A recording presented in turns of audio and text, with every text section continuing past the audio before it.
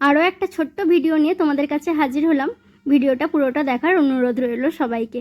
আজ আমার বাবা আসছে পুজোর তত্ত্ব দিতে, সাথে আমার বর নিয়ে এসেছে পাউরুটি আর ডিম, একটু ডিম টোস্ট বানানোর জন্য।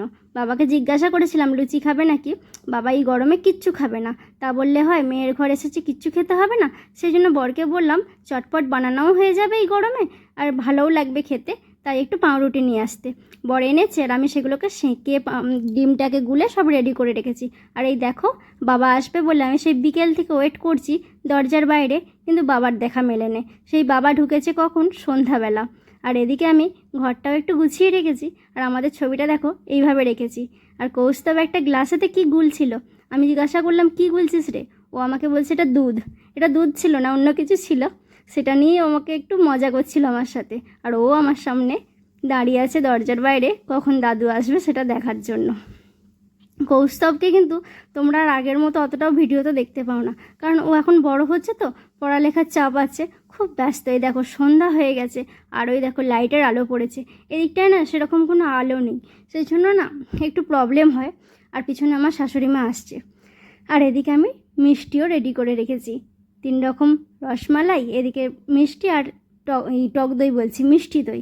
বাবা তো সুগারের পেশেন্ট, বাবা কিন্তু মিষ্টি খায়নি, একটু দই খেয়েছিল।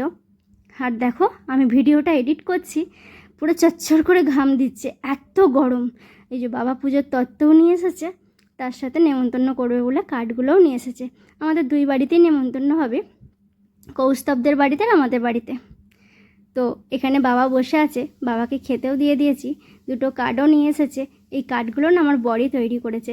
দাঁড়াও দেখাচ্ছি একটু পরে কেমন বানিয়েছে কার্ডগুলো। তোমরা যদি কেউ ডিজিটাল কার্ড এরকম বানাতে চাও, অবশ্যই কিন্তু আমাদের সঙ্গে যোগাযোগ করতে পারো। এই যে আমার শ্বশুরমশাইকে আমার বাবা নেমন্তন্ন করে দিল। এখানে সবাই মিলে একটু গল্প সল্প করছে। আর এই যে কার্ডটা বলেছিলাম না, দেখো খুব সুন্দর লাগে কিন্তু এই ডিজিটাল কার্ডগুলো। তোমরা যদি কেউ বানাতে চাও, অবশ্যই কিন্তু আমাদের সঙ্গে যোগাযোগ করতে পারো। বেশ কিছুটা লেট হয়ে যাচ্ছে, এবার আমি ডিম টোস্টটা বানিয়ে নিচ্ছি। যতটা কাজ এগোনা থাকে ডিম টোস্টটা বানিয়ে নিচ্ছিলাম, কিন্তু বাবা আর খাবে না বলেছে। বাবার জন্য সেজন্য প্যাক করে দিয়েছিলাম, বলেছিলাম বাড়িতে যেয়ে টিফিনে খেয়ে নেবে। ডিম টোস্ট আমার বানানোও হয়ে গেছে, আর বাবাকে আমি টিফিনেতে দিয়েও দিয়েছি, কারণ চা খেয়েছে আবার দই খেয়েছে, পরপর বাবা এত খেতে পারে না, সত্যি কথা। আর এখনকার যা মানুষের শরীরের অবস্থা, কেউই বেশি খেতে পারে না, সত্যি কথা যেটা।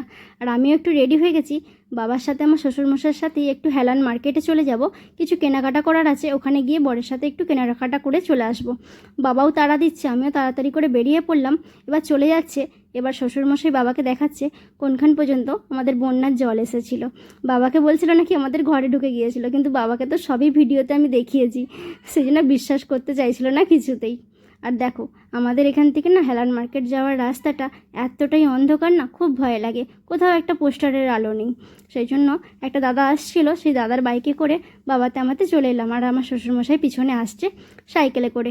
এই যে বর বসে আছে কাজ করছে, এবার ওর কাজ হয়ে গেলেই ওর সাথে আজকের ভিডিওটা বেরোবো দোকানে কিছু কেনাকাটা। কেমন লাগলো অবশ্যই কিন্তু কমেন্ট করে জানিও। আর নেক্সট ভিডিওর জন্য অবশ্যই কিন্তু অপেক্ষা করো। সবাই যেমন ভালোবাসা দিচ্ছ তেমনই ভালোবাসা দিও। টাটা।